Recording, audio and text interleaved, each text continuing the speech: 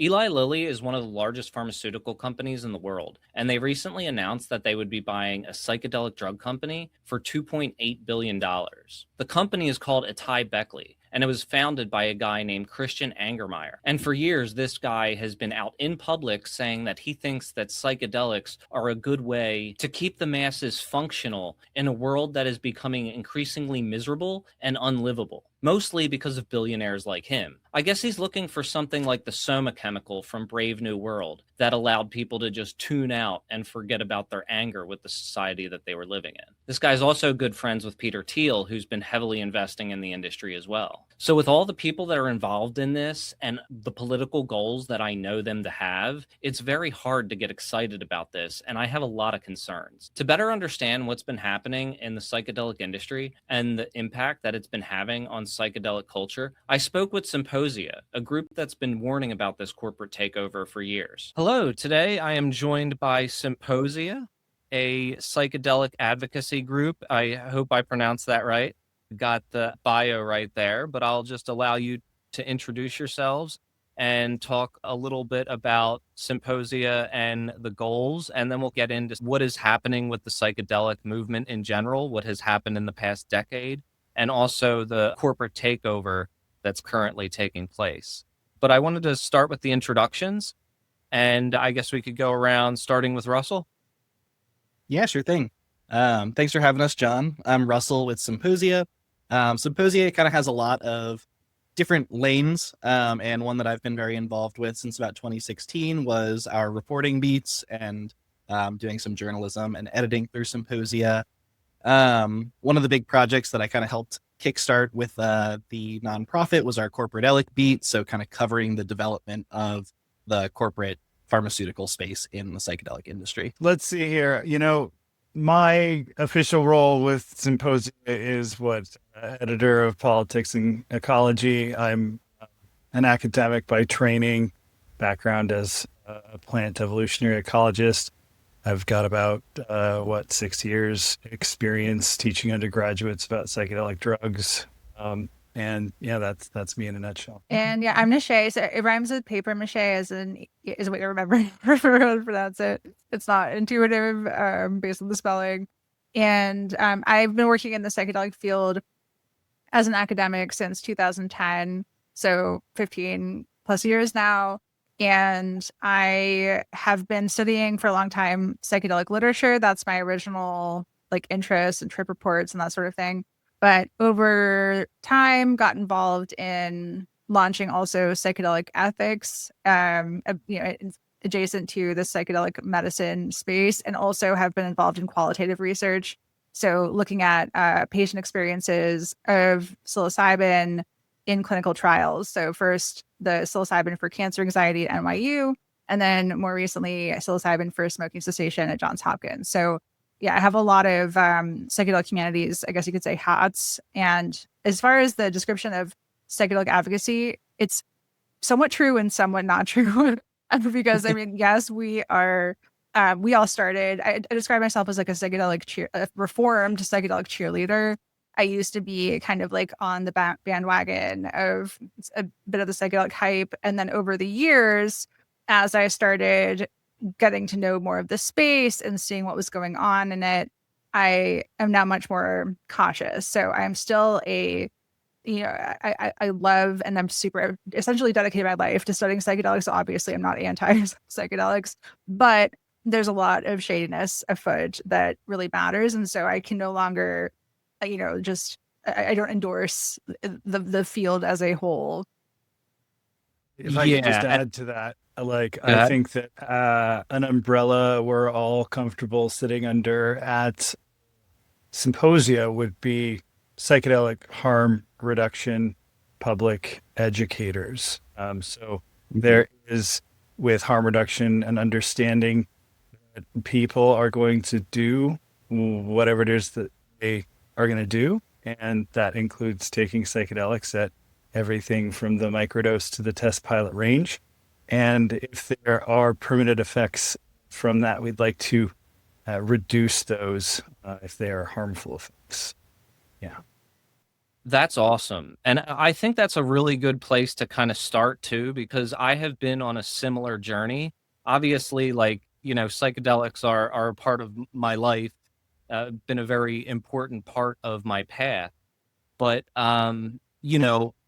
I used to have this view in the early 2010s, late 2000s, in that time frame, when I was hosting raves and stuff in the Baltimore area. I used to think that we could like change the world with psychedelics, end war. You just give somebody this, like, and they'll stop being racist. I took psychedelics and I was like, I just want to share this love with the world. I want things to be better. I feel more possibility for the world. And prior to psychedelics, I feel like I had a very similar mindset, but I was more nihilistic. I thought that there was like no hope for the world. And I was very much an evangelist in those times. And I've watched, people that I've done psychedelics over the years go down like really messed up political pipelines. I see the whole psychedelic culture has kind of been like taken over by like tech bro optimization and not really like the kind of peace and love type culture that I came into it with. And over the years, I've been really trying to articulate this and put into words this kind of thing that I've been experiencing and seeing. And until I've started to see all of your content and research, I did not hear this anywhere else. And honestly, I was pointed to your content and research because there was this big smear campaign against you from the Vice guy. And he was going on all these like problematic podcasters shows to talk about how you guys were trying to keep psychedelics illegal. They call that the Streisand effect. Yeah, I was going to say that too.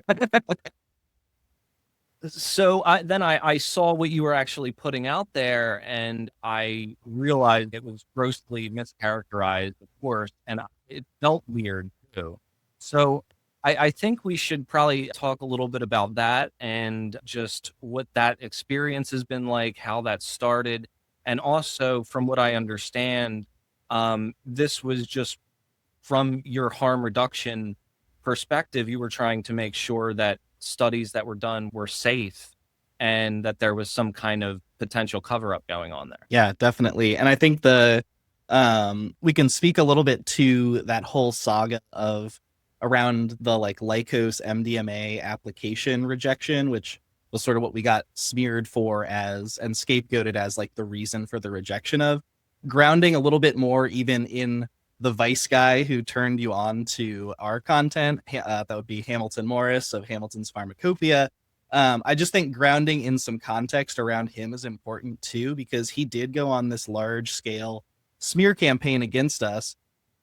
And in pretty much all of those interviews, unless it was stated as a positive, it was ignored that Hamilton left journalism around psychedelics in, I believe, 2019, 2020 to go work for one of the biggest corporate pharmaceutical companies in the space. Like, so the guy smearing us was a former employee of Compass Pathways, one of the biggest and most controversial pharmaceuticals companies in the psychedelic space. So that's the person who was going around on this major media campaign to blame us for this rejection. The rejection itself, we were involved in participating in sort of the public comment period of, and I don't know if Neşe and Pace want to speak to that because they were involved in helping get voices into the public comment period of that application and being able to speak to some of the problems with the application itself. Yeah, I'll just add that part of the smear narrative has been that we've been gloating about successfully sabotaging the FDA application, which, to be clear, the company's MAPS and then the spinoff Lykos that was leading the clinical trials, they are the ones that sabotage those trials by being reckless with participants and safety and not reporting accurate information to the FDA, allowing for sexual abuse to happen in their clinical trials. That's where the sabotage happened. All that I said was that we organized the opposition to the, having this pass through without properly investigating the many issues that people had come to us with. And that included people working at the company, people who had been participants in the clinical trials, people who had been private and underground clients of some of the MDMA therapists, practitioners.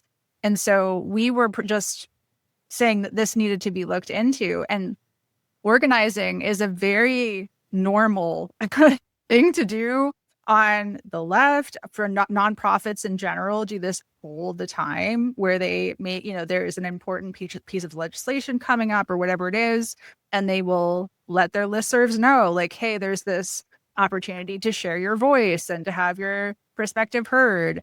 And that very normal and frankly, something that we need more of in our society, people who are willing to organize and come forward to advocate for positive change. That was framed as something sinister.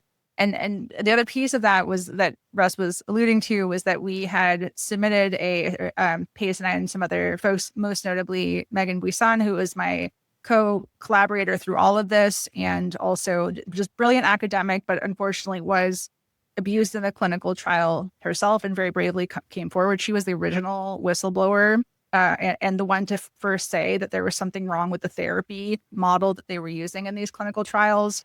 We advocated for the FDA to extend the open public hearing so that more voices could be heard. And we have, to the best of our knowledge, everyone who applied to speak was accepted. And so while people are saying like, oh, how did they get so many people there, et cetera, it's like, no, we just allowed more voices to be present. And most of those voices were pro MDMA. And many of those pro MDMA voices, I actually, as I was listening to it, it was so surreal for me because it's like, I felt like that would have been me 10 years ago. Some of the things that I had heard people say during that hearing positively, I was like, I would have been saying those exact things before I learned more about what was going on. So I want to sort of pan the lens back and actually address a little bit of where you set the scene, John, with the sort of view of psychedelics is overwhelmingly positive. The dance scene, the culture, the fancy patterns, and the art that is associated with it. People who've never taken psychedelics can reliably identify psychedelic art and psychedelic themes in culture. It's very influential. And, since about the 60s or so, there's been some kind of affiliation between psychedelics and radical politics. And, some of that may or may not have been an op or a smear. The reality, though, is that psychedelics have been around for a long time, and we have actually written and thought quite a bit about the idea of whether or not psychedelics do influence people in sort of a more pro-social manner or a more environmental, peaceful, anti-authoritarian manner, if they are going to chemically improve any given individual or society, if we just sort of drip-drabbed it into the local watering hole, right? A lot of these ideas have been bandied about in grandiose terms, most of all by MAPS, actually, which, we have been, I wanted to pan back a little bit. MAPS is the Multidisciplinary Association for Psychedelic Study. They incorporated in 1986 as a nonprofit following the ban of MDMA, which then was somewhat new coming out of the 1970s speed boom, right? Following all of the psychedelics flooding the Haight-Ashbury, there was just underground laboratories churning out new molecules, that kind of thing. And you have this sort of criminal underground, you look at it and eventually you get to intelligence, as you do anytime you look at drug markets. There's some spook running around. Some of your audience may have heard of things like MKUltra, CIA mind control, that definitely used a lot of psychedelics as suggestibility agents. So in this sort of soup, this psychedelic tea, there is this thread, this drum beat that says, psychedelics are going to save the world. And we at Psymposia have vociferously and I would say comprehensively attempted to refute such claims by pointing to their use in psychopharmaceutical torture. You can find accounts from reputable human rights agencies pointing to use of some kind of hallucinogen in Gaza by the IDF. There are elements of torture. If you look at Jose Padilla, Jose Padilla is the dirty bomber in 2006, if I'm remembering these off the top of my head. His lawyer said that he was dosed with something, LSD, PCP, during his interrogation, an extraordinary rendition.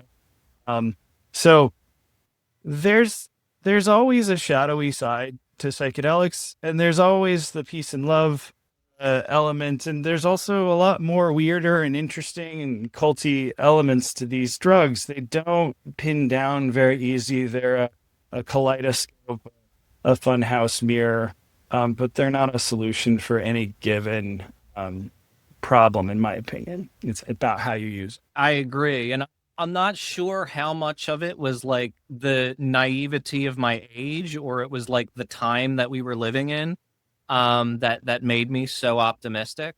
But I'm definitely on that same page now after watching what I've watched transpire, and the fact that so much of it does depend on where you're at in your head and the whole situation around you.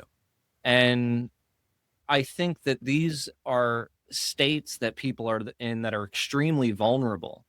I think that they should be handled with extreme care. That's not to say that I'm like against people partying with them per se, but I also think that the potential for people to get hurt is very real, and that should be understood both in a party setting and also in a clinical setting as well. With the study situation and everything that happened with that, was MAPS was one of the main people involved in it, and did they try to downplay what had happened? How did that play out? Well, there's been, as far as the abuse or the larger problems? The abuse. Yeah. So, essentially, there's been a lot of victim blaming. I mean, we exist in a culture where rape culture is just like super rife. I think a lot of the minimization of stuff that's come up recently around Graham Plattner has emphasized how common this is even on the left side of American politics. And so when this came up, I mean, a lot of people want to see the world like through the lens that they already see it. And so it's easier in a context of rape culture for people to believe that this participant was, just unstable and lying and wanting to, I mean, people would say ridiculous things like, oh, there was a consensual relationship with a therapist, which is a completely impossible fact. Like if someone shows up to heal from trauma, and especially like sexual assault trauma, there is no world where a consensual relationship can happen. And it did not happen emphatically in this case. It was not at all consensual. And so the situation was very bleak, but it was easy for people to align with power and align with the industry. And especially like when you asked about, or you were raising the topic of what was it about that time that kind of made it easier to buy into the kind of optimism. And I think there's a lot of factors. I mean, I think the mask has come off on society recently, especially after the genocide in Gaza, et cetera, a lot of other factors. There's been an enshittification of reality, essentially. And so I think people are more like, oh, like this is not good. But simultaneously, Alicia Danforth, who's been a long time researcher in the psychedelic space, mentioned to some of us at a conference a few years ago that in 2018, essentially, when Michael Pollan's book came out, How to Change Your Mind, that really got normies' attention on psychedelics' potential for medical applications.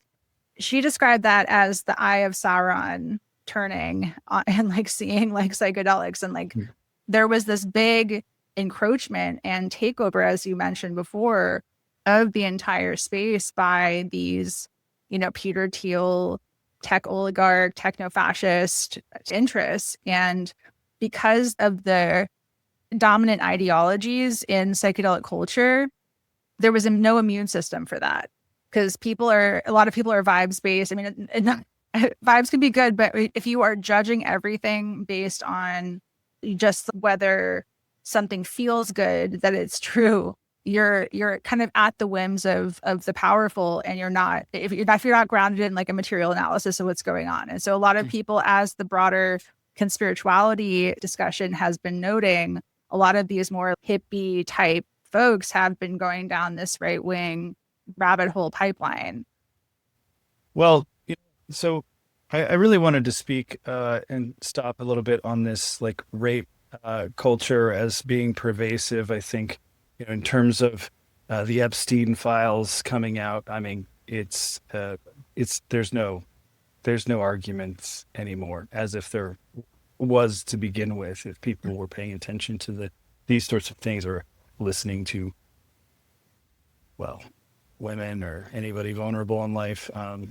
Sexual assault is in fact a reality, and it's a part of culture. When it comes to psychedelic culture, there has been a lot of positive experiences that a lot of the psychedelic movement rides its coattails on. And these experiences are usually had in party or close relations, friends, communities, nature, intentional kinds of things.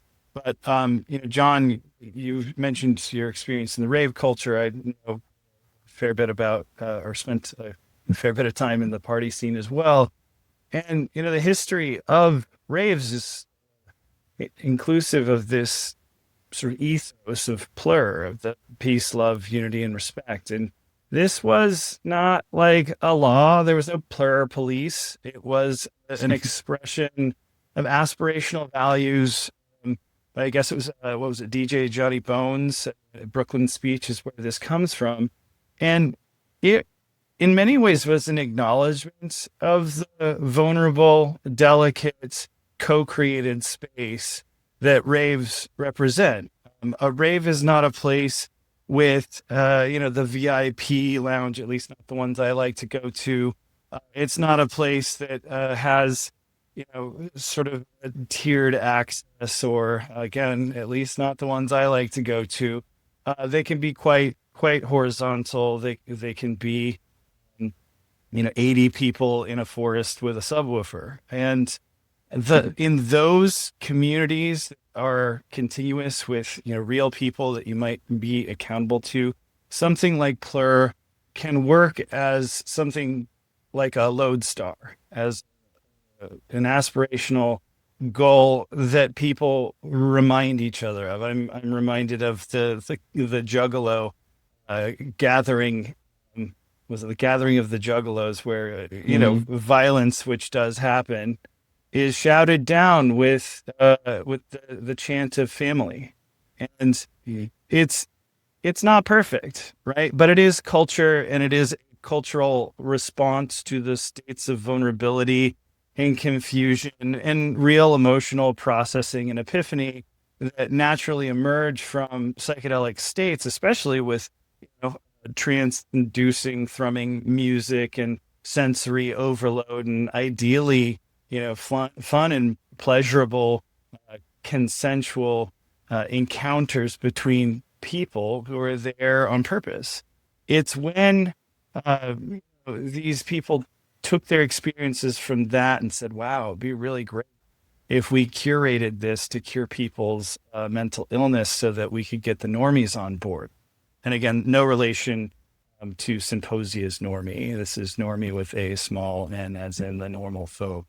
And then I guess I just wanted to cap the discussion around the issues with the FDA trials with the fact that this abuse case occurred, and it's what a lot of people will focus on and use to write off the criticism about the trials as well, in a pretty fucked up way. Like, yes, this occurred, but this was a one-off thing with a one-off pair of therapists, blah, blah, blah.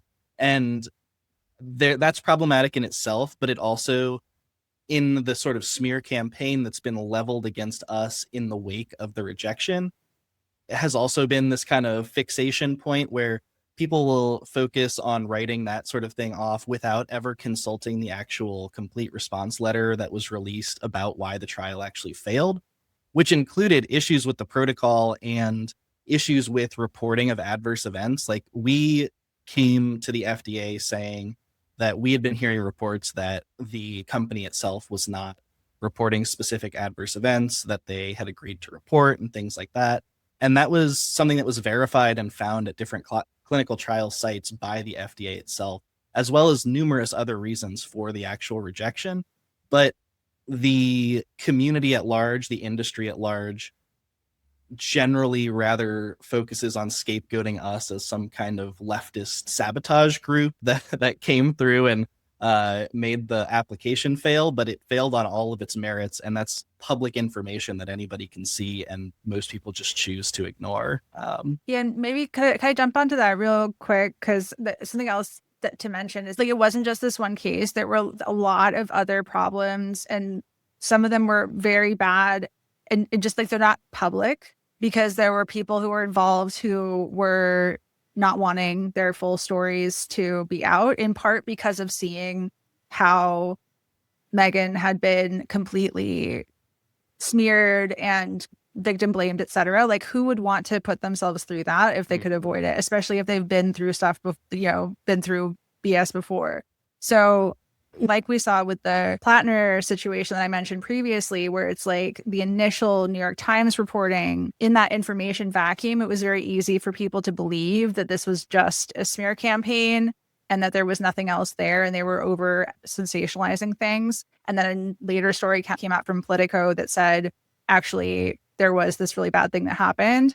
That's what occurred here, where it's like, we know so much more than the public knows. And that informed how confidently we came forward to say, there's something here that is not right and really needs to be looked into before this is ready for any kind of prime time. Mm-hmm. But it was easier for people to believe, especially because of like tropes about, essentially left-wing terroristic kind of like elements that are, that it was easy for people to hinge on that and just believe that, instead of believing that their healing force for humanity had some problem with it. Well, if we're designing these types of studies and trials for people to go through that is going to be like replicated on a mass scale, you would want them to be done correctly and ethically. And of course, you wouldn't want to hurt the people who are participating in the early studies either. So you would think that anybody who wants to push psychedelics in the correct direction would want to just like rest these issues as soon as it dies, instead of like, let's just rush this out there any way possible. And it does make a lot of sense in the context of how easy things are swept under the rug. What happened here in the local music scene a couple of years ago, and in the rave scene in general, with Bass Nectar and stuff. And then around the same time with Bass Nectar was the guy who runs the big dub festival around here. And he's still running stuff from behind the scenes. Bass Nectar is trying to make a comeback every other year. And it's like, you're probably still making tons of money. And for the people who rush to defense sometimes, to not try to be too charitable, but I do think that there is a tendency when we are in a counterculture like sub-community that is constantly under attack from the authorities and from the mainstream media and stuff, to kind of try to want to deal with everything like within our community or whatever. But then things just end up being covered up and just swept under the rug. Yeah. Any thoughts there? I've got thoughts. When we're dealing with criminalized drugs, and MAPS certainly does, there are multiple things that get conflated, right? So there is this movement for some kind of a public health miracle in the mental health scene that psychedelics are representing. But if you really scratch the surface at the ways that MAPS, or just go to a conference where MAPS talks about this, it's very clear quite immediately that if it wasn't PTSD, if it was depression, if it was a church that could get psychedelics, through some legal process, they'd be doing that. So, the MDMA, PTSD, FDA approval is a means to an end, quite explicitly. This is a movement. And whether you agree with the idea, as I do, that all drugs that are currently Schedule 1 should not be criminalized. We should deal with all of them, including methamphetamine and fentanyl and whatever drug you hate and don't think people should take as a public health issue, with compassion and dedicated resources to those people. This idea that psychedelics are exceptional, that they are special, that they are going to heal the world or spiritualize humanity, that is reason number one for MAPS in particular to push forward these clinical trials. And the dealing with things in-house, well, yeah, if you have something that is happening where illegal things are also occurring, it's very difficult to address those things. This is a problem, with sex workers who are facing violence every day. And if they report what has, been done to them, they still must deal with the fact that it was a John who was doing it, and they are not, equally protected under the law. This is also the case in criminalized populations such as drug users. With somebody like Base Nectar, he's a producer. There's real power involved. Some of these people that are accused of many things in psychedelic communities and others, well, you don't want to take them down because they're also your supplier. And that's never going to come up in the public discussion because there is this other subterranean layer with criminalized communities. And so that's a factor with these clinical trials because, as has been reported elsewhere, including in our Psychedelic Syndicate report, there are multiple reports of outside of clinical trial use, shall we say, of not only MDMA, but psilocybin and therapy by the people who are pushing this through the FDA. All of this is criminalized behavior, and agree with it or don't agree with it. It engenders secrecy and duplicity, and you have people who are skilled liars with a political and spiritual agenda, trying to set policy for some of the most traumatized, definitionally, people in the country as a means to an end. Yeah. And that is a really dangerous concoction. Yeah, very well said. Another issue we've run into, like kind of to the point of like, you would think the people pushing this through would want to get it right the first time. One kind of consistent thing we run into in our criticisms is that some of what we deem an issue rolling out to the public is exactly what they think is actually good.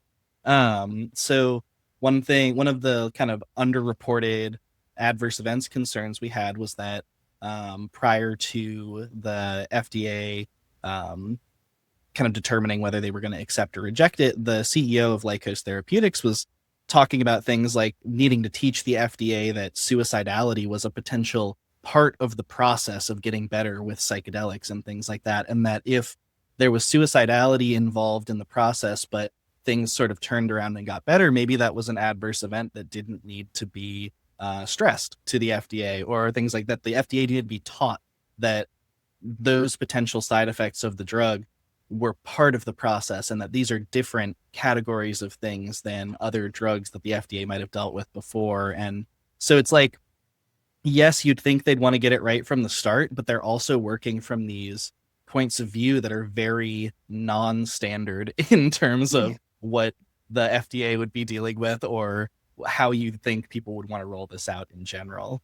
And from the spiritualized aspect that Pace is talking about, they have very spiritualized goals in a lot of senses as well. And could I want sorry.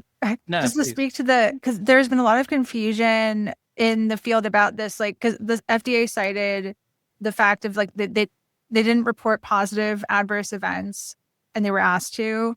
And this has been spun out by a lot of the defenders of the pharmaceutical company to mean that the FDA is afraid of pleasure and like don't want people to have like positive experiences. And that's a complete misunderstanding of like the full significance of that. They were systematically, the MAPS, they're the at the time MAPS PBC, then turned into Lykos. They, who were overseeing the clinical trials, they were systematically training their investigators to determine, is this what would be a negative adverse event like suicidality, something like that? Is this really bothering you, or is this something that you can deal with? And so people who viewed the even negative adverse events as positive parts of the process, none of that was getting reported. And so we don't have the data is effectively meaningless because we don't have a real picture of what people were experiencing during these trial sessions. Just and a I guess quick they're going with interjection that. Go ahead. on the assertion that the FDA hates pleasure. I think Viagra's doing pretty well. True. John, please go on. Well, I was reminded of kind of that conversation as well on one of the episodes that you did on your channel recently about this Ibogaine guy and the religious situation involved in that. I'm curious, like, how that ties into the studies, because I know one of the things, speaking of the whole pleasure thing, is they really like the Ibogaine because you're not getting high on it. You're just kind of like torturing yourself on it.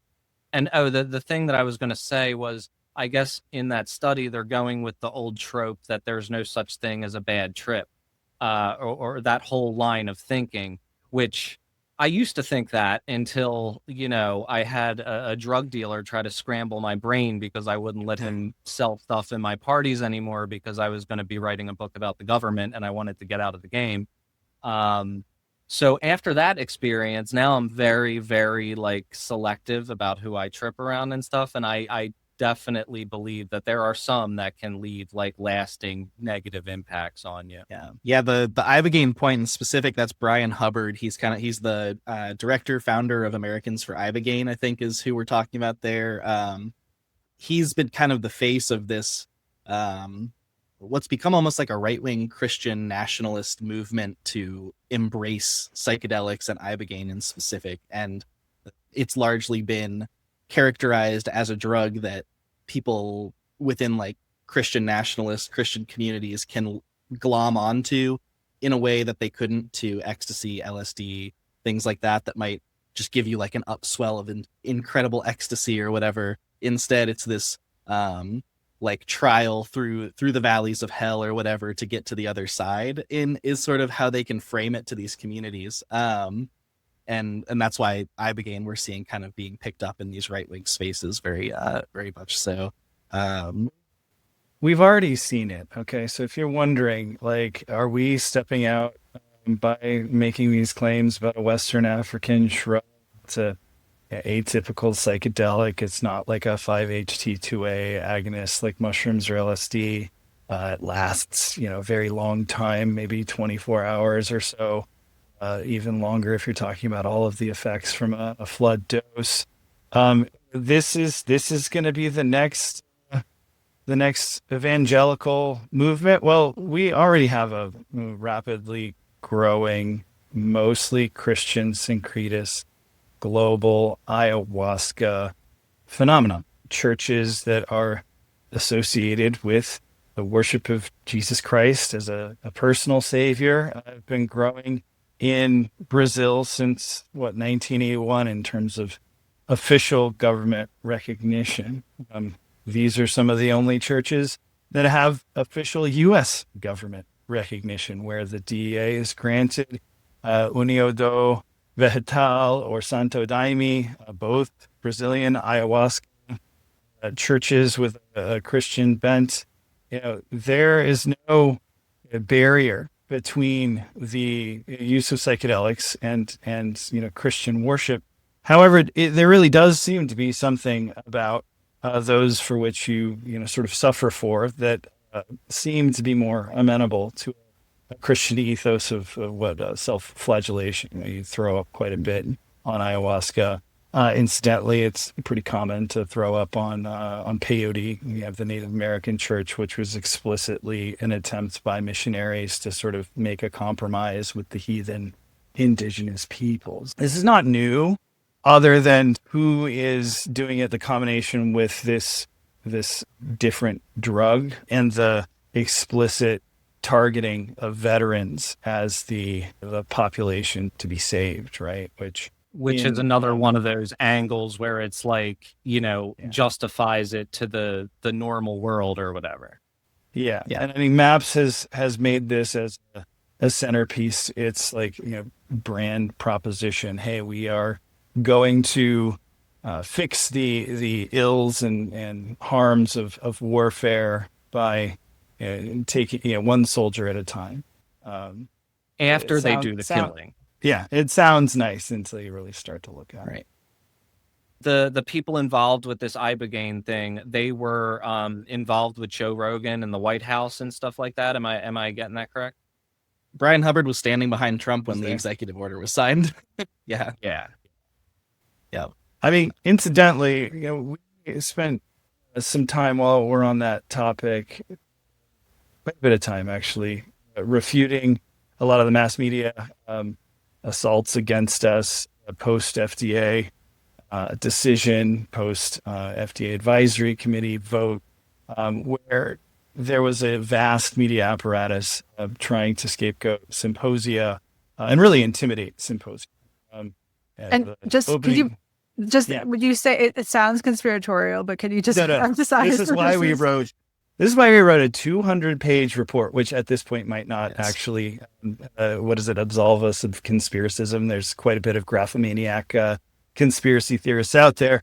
Ours, however, was reviewed with 120 hours of legal clinic review. Every single line was fact checked, was verified. This is generally speaking, in a lot of ways, more rigorous than a peer review process. Not just in a lot of ways. There's zero academic peer review that is going to be doing that. We've been talking a lot about this lately.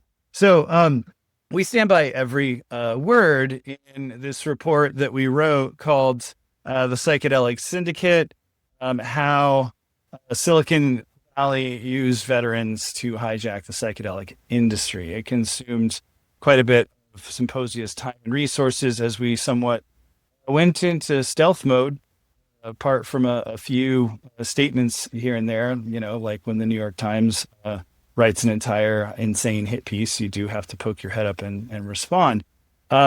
So in this report, you have multiple billionaires. Bryan Hubbard, the aforementioned Bryan Hubbard of Ibogaine, Americans for Ibogaine, was in the report 2 years before he's in the White House, right? And also in the White House at that very moment with Joe Rogan was Steve and Genevieve Jurvetson, sort of Elon Musk, Tesla, SpaceX, Orbit. Jurvetson's a SpaceX board member, and let's see, the Genevieve Jurvetson, a board member of Psychedelic Science Funders Collaborative, PSFC. Mm-hmm. So they were there because they made it happen. And we were talking about 2 years before it happened. Wow. And some of those same people, the PSFC, the Jurvetsons, they were involved, just to kind of some more context to what Pace was saying there, very much involved in funding some of the same veterans groups that came out kind of swinging against us in terms of like scapegoating us. They were also involved and in some cases directly funding the clinical trials that we were criticizing. So that's, if you want to learn a lot more about that, like Pace said, the Psychedelic Syndicate, we go into extreme detail. We've got all the receipts there about how like the clinical trial funders were largely backing these AstroTurf groups to kind of come out and create a narrative about why this was rejected that was completely counter what actually happened and what was reported by the agencies that rejected the application itself. And to not take you too far into the conspiratorial land, but with this like spiritual thing, is there some kind of like mind control goal that they have, or suggestibility, if you want to put it less spooky? I think like it's like mind control is not exactly how I would put it, but I think I'll turn it over to Neşe here in just a sec. But I wanted to call out that Neşe and I just finished recording a series that, depending on when this comes out, might be out already on the potential for psychedelic conversion therapy, and the fact that the suggestibility elements of what psychedelics can do are kind of built into the treatment process in a lot of ways, and framed as a good thing, and framed as a way that people can change their thoughts and behaviors and things. And in some scenarios that can be framed good, but depending on the guardrails around what these can be used for, it can be a really negative and dangerous thing. As we're already seeing, there's kind of these efforts brewing to break down the walls on the allowance of conversion therapy in the United States by some of the same people and groups that are pro psychedelic. And so when you talk about the suggestibility element of psychedelics, it can be framed in a really neutral way as something that could be good in a therapeutic setting, but then you apply it to any of these kind of dystopian or disturbing applications, and you can see where it could totally go wrong. And Neşe, I don't know if you want to speak more to that. You've kind of done the deep digging on some of this suggestibility stuff. Yeah, well, specifically, I mean, we could seriously spend hours talking about this. There's so many dimensions to it, but just to connect to some of the topics we've already discussed. So we mentioned Steve Jurvetson, who is in Elon Musk's orbit and also in the executive order signing room. He's been very open about seeing religion as like a traditional established religion as a threat to Silicon Valley's kind of new world order plans for re-engineering society, and it kind of what we can see is playing out a post-democracy kind of society. And so he's been very interested in specifically re-engineering the religious impulse and kind of this like sense of interconnectedness to be in line with Silicon Valley interests. So they're not just behind the clinical trials, they're also behind all of the state initiatives in the United States to promote, psychedelic churches and adult supported use models. And so it's very much about kind of aligning the populace's, the masses mindset to not resist essentially what is happening. And this also connects to Christian Angermeyer, who is involved in both Compass Pathways, and AtaiBeckley, who just today it was announced that there's Eli Lilly, the big pharma company, is in talks to acquire that company. He has been very open for years talking about the fact that he sees psychedelics as important to prevent mass revolution, as the world that the elites are building is bad for mental health. And so if people are not, like, he sees psychedelics as a way of enabling that future for rolling out. And so it's like all these people in the psychedelic community, they're just like waving in the Trojan horse to allow all of this to happen. And it's funny because it's like they think that they're Trojan horsing the tech billionaires, because they'll say things like, psychedelics are going to fool them and make them love everyone and undermine their plans for it. But that's not, that's not an inevitability at all. Yeah, because it's that thing. Like we've seen that there are people who have taken a lot of psychedelics who end up being totally fascist, and like you said, there are really horrible situations where these can be used in. We should also probably just real quick mention Jurvetson's plans for AI psychedelic therapists, because this is where like a lot of the concern kind of comes together. So a lot of these tech guys that are funding the psychedelic industry, they're also funding AI, and there's overlap between those with AI already involved in a lot of the clinical trials that are happening. And he specifically envisions a future where we only have the lowest cost human labor to sit back as a stopgap for the AI, and also subtext is like someone to blame when things go wrong. The human can be blamed there. But the idea is that the AI, like large language model, whatever it is, can reprogram people in a psychedelic future. And if you think about the way that they're already, like, people like Elon Musk we talked about this in the Psychedelic Syndicate, tried to kind of correct the facts of history by, forcing false ideas about white genocide in South Africa into Grok, for example.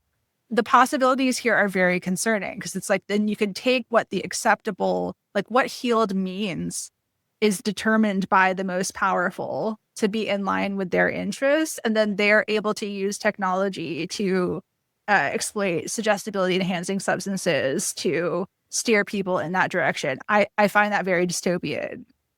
Yeah, and because we've brought him up once or... Oh, go ahead. I was just going to say they could use the control of the social platforms, control of the AI, and the suggestibility to make people more susceptible to those messages they're getting from those areas. Yeah. And Russ, go on.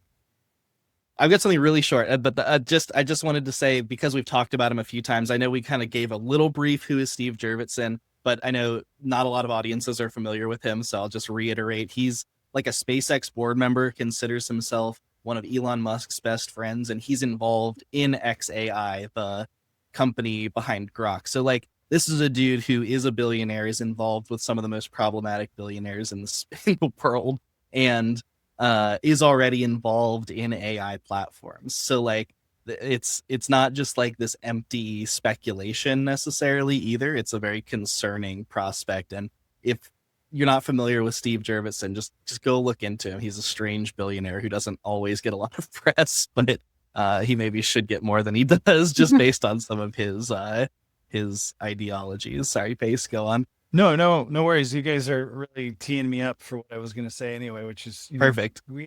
We're talking about sort of dystopian things, but it's really not in the realm of fiction.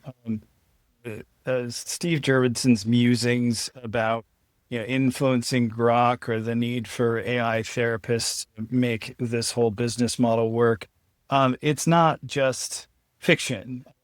Compass Pathways, which very well may be the next FDA medicine to be evaluated, their psilocybin for major depressive disorder, has a in-house AI system called Chantrell that is actively monitoring all dosed sessions, and is going to be the sort of first tier, because of course AI systems and LLMs are always collecting data and training their models until eventually you can get rid of the humans, right? That's cost optimal. Well, this sounds sci-fi. It sounds dystopian. And in fact, it made a little insert in the Psychedelic Syndicate that sort of narrates a potential future along these lines.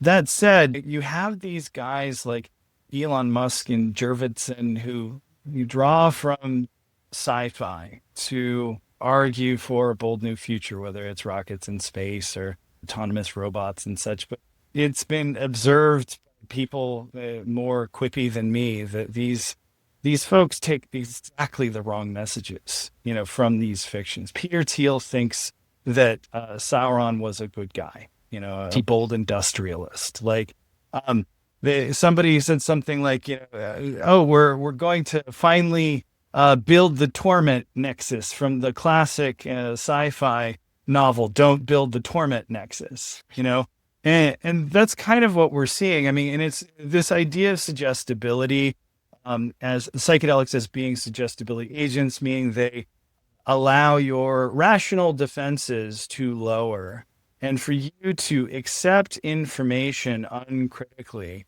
to integrate something that has been said to you, presented to you as true without really thinking about it. This is in the neurological, mechanistic models of how psychedelics work. They call it, relaxation of prior beliefs, essentially, like what is normal, whether it's a habit or an expectation about reality. Psychedelics do this, right? And historically, you have people, sci-fi writers like Aldous Huxley in Brave New World, absolutely, with his Soma holidays, describing people overwhelmed by their rigorous eugenics-based society, where everything's some intense, hyper-competitive, hyper-individualistic game show, that they go and hang out for 3 days and obliterate their brains for a little while so they can get back in the saddle. I mean, how is this different from some of the proposals? You have a terrible life in the modern economy of a bad tour of duty over in Kazakhstan or whoever we're going to be bombing in 2030. Well, you have a Soma holiday, and even people like Jolyon West, who's the head of MKUltra, wrote extensively about how psychedelics induced states of suggestibility, left one after the experience highly suggestible to ideas presented in front of them, and that cults proliferate around psychedelics. These things have been known for some time. And so something we've been dancing around a lot is an old canard in the psychedelic world, and that's set and setting, And as we have been attacked, as we have been, countered out in the space, they've said, oh, these are a bunch of leftist activists with an axe to grind. And the truth is that we are, in fact, leftists. We do think that we should spend a lot of effort and organization improving material conditions for humanity, providing a baseline floor for education, housing, healthcare, and lowering the ceiling, getting rid of billionaires. And doing that will make sure that everyone has the baseline setting that we might have a better chance of having better trips individually and collectively when we open ourselves up in these chemical ways. That's great. And I think that is a very good point too. Instead of just covering up the material conditions and making us feel better about them, like we need to focus on improving them. And even from like not the tech bro optimization side, but from like the hippie individualist side, it feeds into kind of the same thing. Because if you're like, everybody just needs to open up their mind and stuff, it's kind of a way of bypassing and ignoring the systemic issues that we need to face. And I know that was something that I was very guilty of early on in my early years of activism, for sure. Spiritual bypassing is the technical term, it's pie in the sky until you die. Like it's a bright future, a spiritualized humanity by 2070, instead of sticking a finger in the eye of the billionaires trying to co-opt your good vibes, It's it's not like an anomaly that the hippie movement of the West would have evolved into the Silicon Valley scene of today. Like it's kind of a natural progression almost of those. And that is another just described. That is another thing I was thinking of as you were talking about MKUltra. I always remember I used to get into these arguments with people because I kind of like come from a little bit of the conspiracy brained realm before it got like twisted into, what it was. That was like one of the channels that psychedelic people got fed into. And people would always talk to me about how that destroyed the anti-war movement, and that was the whole point of it. And MKUltra got the hippies all drugged up and they didn't want to actually solve anything. And my argument back was always like, if that was the case, then it kind of backfired because it seemed to create this culture of resistance. And now years later, I look back more confused than I ever was, not agreeing with either of those positions. And just like, what the hell happened? Is it happening again? You know what I mean? Do you have any thoughts on that? And after that, I want to get on to what you see about the future, and then I'll let you guys go. I respect your time. So many. But I would say I'm going to try and be, succinct here. Like, there's a direct line from MKUltra to Gitmo and extraordinary rendition sites. Look at DU and Cameron at McGill University with his psychic driving. That went straight into Kubart counterintelligence manual that was used to torture and attack and disrupt communities that the CIA thought were counter to the interests of American business. Are there psychological operations going on right now? Absolutely. They never stopped. Are drugs involved? Sometimes. Did a project called MKUltra exist and end? Yes. Did we learn things? Yes. Is there probably like a born identity kind of mind-controlled assassin? I don't think there's evidence for that, but I think that's really kind of narrowing broad scope of what they were doing with drugs. If there was a reliable way to derail activists that were working in some anti-war or pro-labor kind of fashion, you might want to undermine their communities. You might want to attack their leaders. Well, we do that by any means necessary. And by we, I mean the American government, and the infiltration of these groups and disruption is just a matter of course. Talk to anybody who's an activist against ICE, and they deal with this sort of thing. Does drugs have to be the weapon every time? No, but it might be. And if you look into Harlem Renaissance man, communist labor organizer, singer, athlete, actor, Paul Robeson, black man in the Harlem Renaissance.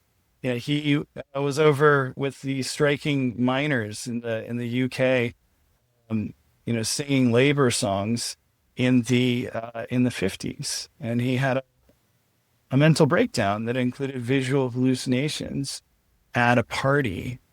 And do we have the proof that this was a result of MKUltra? No, we don't. We do know, though, from his son that 3 of his psychiatrists were CIA contractors.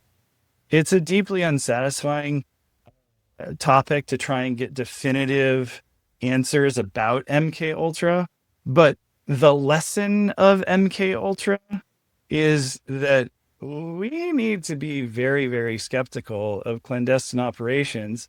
And the CIA is very, very, and intelligence services in general, familiar with drugs and drug running. I think I sort of fall kind of where you find yourself, John, which is like, I don't know if either end satisfies me, like whether they were using them to disrupt those communities or not. I think if they were, there's an aspect of it to me that speaks to the unpredictability of trying to use psychedelics for any direct purpose for outcome. Like that's sort of one of the skepticisms I've had of psychedelic medicine in general too, of like, can you really put these kinds of drugs to work curing one specific thing and expecting the same outcome every time? Like depending on the setting and like whatever you bring to it, I think there's something that is at issue there. So whether they were using it or not, it certainly derailed in some ways into an anti-government movement. It certainly derailed into other ways into what could be seen as like the Silicon Valley scene, and there's all these disparate aspects that that sort of experimentation could have led to in the end, and whatever it was doesn't seem to have gone perfectly in one direction or the other regardless, to me. Yeah, well, and I just wanted to say, because a lot of like, I definitely don't think psychedelics are going to be any kind of solution in a big sense, but they are very powerful tools, and I'm open to the possibility of, as based on experiences I have had, psychedelics potentially helping some people to become more aware of the systemic factors that structure our individual immiseration. And that is something that, because even people like Alan Watts have talked about this like figure ground reversal that can happen, where it's like things that are ordinarily the background that you're not paying attention to, that's structuring perception, can become the object of attention. And so it's like, in that sense, and in my life personally, I think it has played a really big role in my evolution as a leftist. And so, but I don't think that we can hang our hopes on that.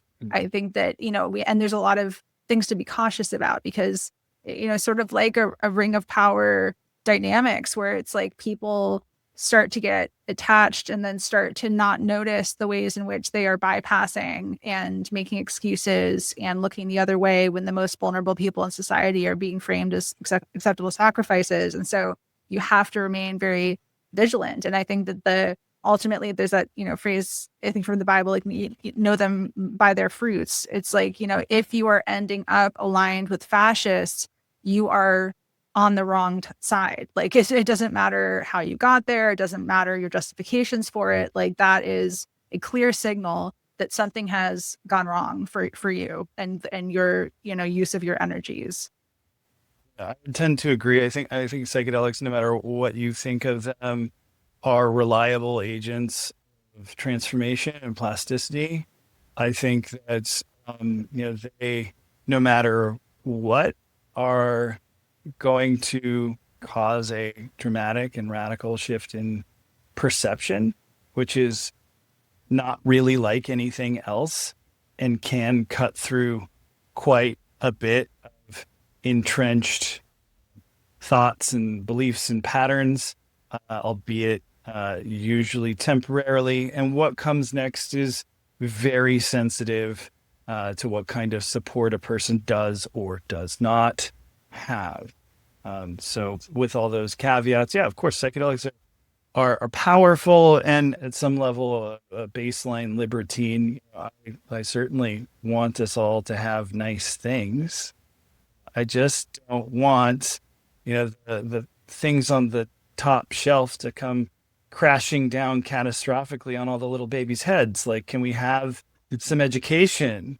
Can we have some real support? And in a society where there's so much mental health stigma already, falling apart, nobody's got time for that. And yet psychedelics reliably spin you out, scramble you up, break you apart. And, I've had a lot of time to think about whether or not there's some inherent incongruity between psychedelics and a capitalist, market, highly individualized society. And about the only one that I think might structurally be there for these chemicals, they take a long time. You take mescaline, it's 10 hours. You take, LSD. Well, for me, it's quite a bit longer. I'm a sensitive little guy. But you're in it for at least 8 hours, if not, 12 or a little bit more. And the thing about that is that people work a 5, increasingly 6, 40, increasingly 60-hour work week. And it's not just the time spent in that experience. It's the time spent making sense and putting it all back together. And that does seem to be somewhat incongruous. And believe me, the best minds that the market can produce or investors can muster are, thinking about it. Let's get, AtaiBeckley, one of their chief products is a 5-MeO DMT product. Line them up and knock them down. And what do you know? That's the one that Lily's interested in. Hey, we've got 15 minutes. That'll fit in with our doctor's schedule. We can get you in at, 4:35 p.m. And they say now there's a recent Wall Street Journal overview of Atai and also 5-MeO, and the CEO or not one of the heads. I don't know what's his name. Anyway, sorry, it's that guy. He said instead of like Spravato, where ketamine, where you come in every week to the doctor's office, they want you to come in every 2 to 3 months for their 15-minute psychedelic. That makes so much sense. And so I think the best place to wrap it up is what you think the ideal future would look like, even though, Peter Thiel probably controls that, and unfortunately we don't. But do you think that there is a place for structured therapy, or do you think it should be a more decentralized thing in general? Because this is something that I've been thinking a lot about, especially in light of what we've learned about the studies. So I'm just kind of curious where your all heads are at and everything in that regard. Pick one. I think from a baseline, or communism or barbarism. There you go. If only that was what we had to vote between. I think for myself, I support good research into like therapeutic use of psychedelics. I think that's great. And should be done rigorously. I think that's one point we've been hitting on this whole time in our criticisms is we're not against that as one use case for psychedelics, as long as it's being done safely with the proper guardrails and being done rigorously and being allowed to fail. Like this research should be allowed to fail. They should be allowed to spend money on this and say we didn't get the results we wanted. And that's been like kind of this reluctance in this community, it seems like, is to have an industry that is allowed to fail. And they pumped money and they pumped millions and billions of dollars into this stuff so early. And so like basically set up a scenario where they weren't going to allow themselves to fail and say that, nope, sorry, this wasn't what we thought it was going to be. And I think Pace said it beautifully earlier. My ideal world would be a world with multiple use cases for these drugs where, yeah, if you want to use it for a purpose that's been well researched and is reliable in treating something, that's great. If you want to go do art with your friends who you trust and listen to music and go in the woods, I think that's great too. But an ideal world would be one in which you can have the time, like you said, pace to fall apart, a time to rebuild yourself, and a time to like deal with the experiences that these substances bring on. And that's, I think, what we're really lacking right now. And I would say, as far as like, the therapy, I agree with Russ that, we shouldn't have lower standards for psychedelic medicine that we have for all other medicine. We should actually, participate in the collecting evidence in a way that is designed to reduce the influence of bias and expectation, including of true believer researchers, and actually seeing like, who does this work for and who doesn't it work for, and how can we support the people who are not going to have a positive outcome here, which is not really, there's no meaningful safety net right now for the people who are going to be blown open and left on to their own devices. And as far as a lot of people like Michael Pollan have for years been telling people that they can't trust themselves, they have to go to the underground where the true experts are. The public, by and large, is not aware that vast proportions of the underground are trained in cult therapies that are dangerous and have led to many terrible outcomes, including deaths, several of them recently. And so, by and large, on average, at this current moment in time, because the public discourse about this is so reckless, and there's the people hanging out shingles of expertise are so often the last people that people should be trusting to be with them in psychedelic experiences.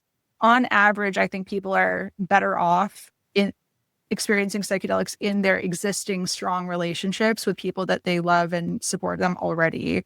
That's what I would say at the current moment. And then overall, just as a last point about, we need to really, I mentioned rape culture at the outset. We need to be very intentional about building more consent culture. Because even with the psychedelic clinical trials, I view it as a consent violation that they didn't inform participants about what they were really what they were going to experience in the therapy model, that they felt like they could lie and misrepresent what they were doing to regulators. That is a violation of consent. It's a violation of consent of the scientific kind of field and everything else. So being more open about teaching people how to participate in and expect consent from their communities by and large, I think is going to help people in the psychedelic field as well. And just as a last thing, a big reason why we at Psymposia have relaunched our podcast, our media platform, is because, as we stated at the outset, the field is so much of a right-wing pipeline right now that people who are, all of the public that are now hearing the wonderful stories about psychedelics and are coming to psychedelics with interest in psychedelics are being funneled into the far right. And so we believe that the far right is organizing with psychedelics. The psychedelic left also needs to organize. We need to start connecting with other people who share our values and our politics, and actually put up other ideas that could help some of the people that would be just funneled along in that direction into a direction more in line with mutual aid and supporting each other in our communities, because we're going to need that more and more in the years ahead. Yeah, that's very well said. I definitely agree with that. And it's something that I've sensed as well. And it is one of the reasons why I came back and started talking about this stuff after so many years. And it was one of the reasons why I took a break too, because so many people in my audience had went in this weird direction, and I just did not know how to handle that, especially being autistic and having social limitations and stuff. And I'm like, these people who have been nice to me for years are extremely terrible, and they're half my audience, and how do I deal with this? And that's why I just burned everything down and kind of restarted. Wow. So definitely some similarities then between our stories. Things we can relate. Mm-hmm. I wanted to just clarify on my little, propagandistic quip and speak policy for a minute. The reality is that if you have a rigorous medical use for psychedelics, however skeptical I may be of that, if you've done the rigorous work and it doesn't have a bunch of culty elements that are trying to do more than just, treat suffering people for a specific condition, of course I'm for that. I don't like suffering people being denied medical care. That's contrary to my basic beliefs. That said, when it comes to drugs, it's very easy to point to a successful model, and that's Portugal.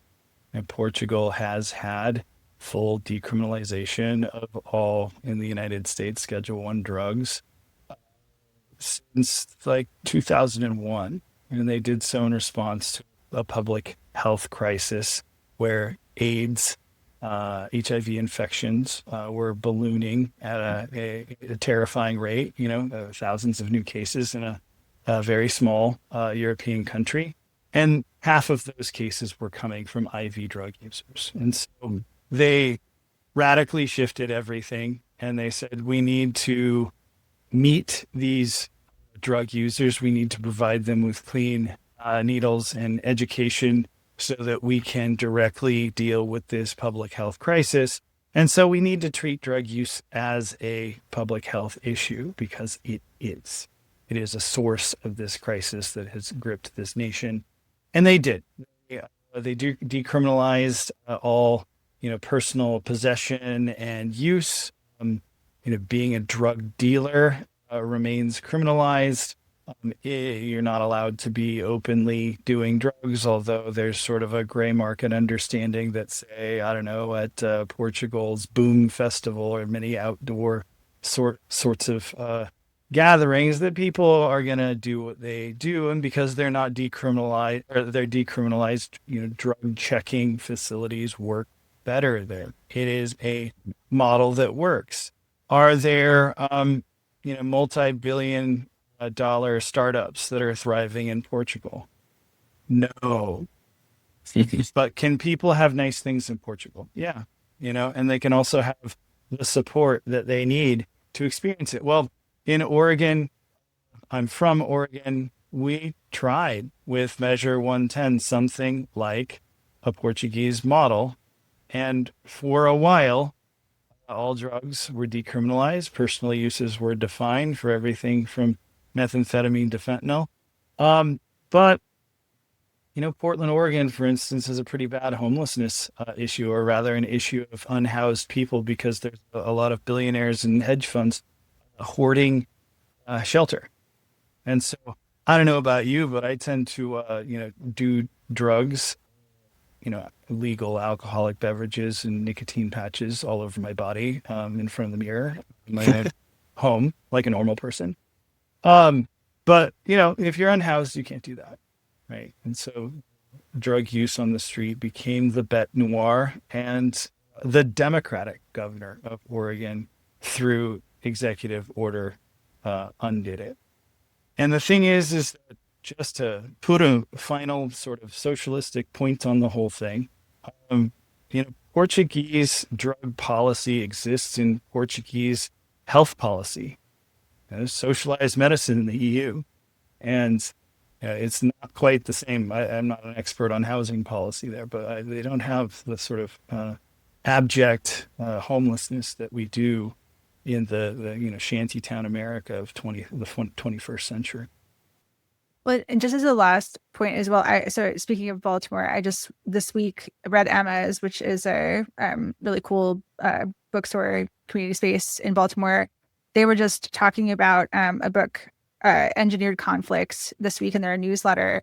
And they talked about, although the book was about Chicago, people in Baltimore could resonate with it because it said Baltimore too is an epicenter of planned abandonment, where Black people are dehumanized in order to create the conditions of disposability that racial capitalism demands. And that's what a lot of people don't understand, that like this is all, like, so much of the problems in our society is a performance to manufacture consent for a specific political project. It is not an inevitability. It was created on purpose and is maintained on purpose in order to continue that project. So we can do better. This is not about the drugs. This is about the system. Yeah, and it's a miserable place to live for a lot of people, especially people who are unhoused. And no matter what you do with drug policy, if people are miserable, they're going to be doing drugs, and it's not going to be a safe situation. So I think that those are, very good points there for sure. And it was really, really great to talk to y'all about this and to just bounce these ideas off you and get a better understanding for what you're currently doing right now. Did any of you all? Just as a quick shout out to also, I think you came across me talking to Lance at the Surfs.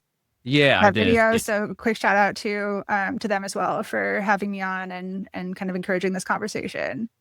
Yeah, that was a really interesting conversation too, because you got like really into the political angles as well. And I was like just pleasantly surprised, like, oh, this is the psychedelic culture I recognize of like, let's care about the world and just not all this negativity that has been just festering. And it's just hard for me to understand how people can come from the same culture and just go in that direction. But like you said, it's good to find the others out there, do have a love for humanity. All humanity want us all to be equal regardless of the circumstances. And, hope to build a more positive movement from there. Hear, hear. Nice to be seen, John. Mm-hmm. Awesome. Yeah, we appreciate you having us on. And keep up the great work for sure. Thanks so much. You too. You do the same.